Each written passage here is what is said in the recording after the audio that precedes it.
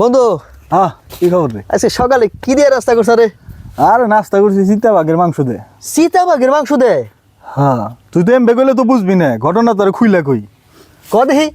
ঘটনা হইলো আমি আর আমার ভাই গেছি সুন্দরবনে। কি সুন্দর সুন্দর মধুর শাক দেখি, সুন্দর একটা চিতাবাঘ, কস কি? বিশাল বড়, 7-8 ফিট লম্বা।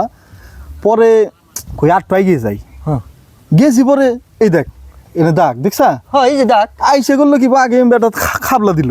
দিল। তুই ভাই তো বুধার মতো মুখ করে বাড়ি আইসি। বাপে কয় কিরে তোর মুখের মধ্যে দাগ কে? ছোট ভাই তো কয়ে দিছে, কয় কি যে চিতাবাঘে খাবলা দিছে। হ্যাঁ আব ভাই তো আমার বাস নিয়ে দিছে দৈরানি দিছে। আমি কই দৈরে ওকে কই আমার ফুলা তোরে বাঘে খামচি দিছে, বাঘ মাইরা হলাবি না।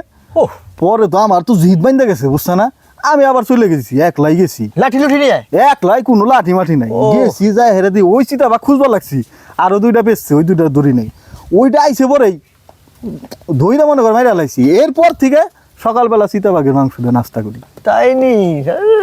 বল সাহস রে দোস্ত, তোর সাহস আছে। সীতাবাঘের মাংস খাইয়ে দেওয়াটা পেশি পুশি বানাইছা ফুলছে। বাহ বন্ধু, আমার একটু দিস সাহস। হ্যাঁ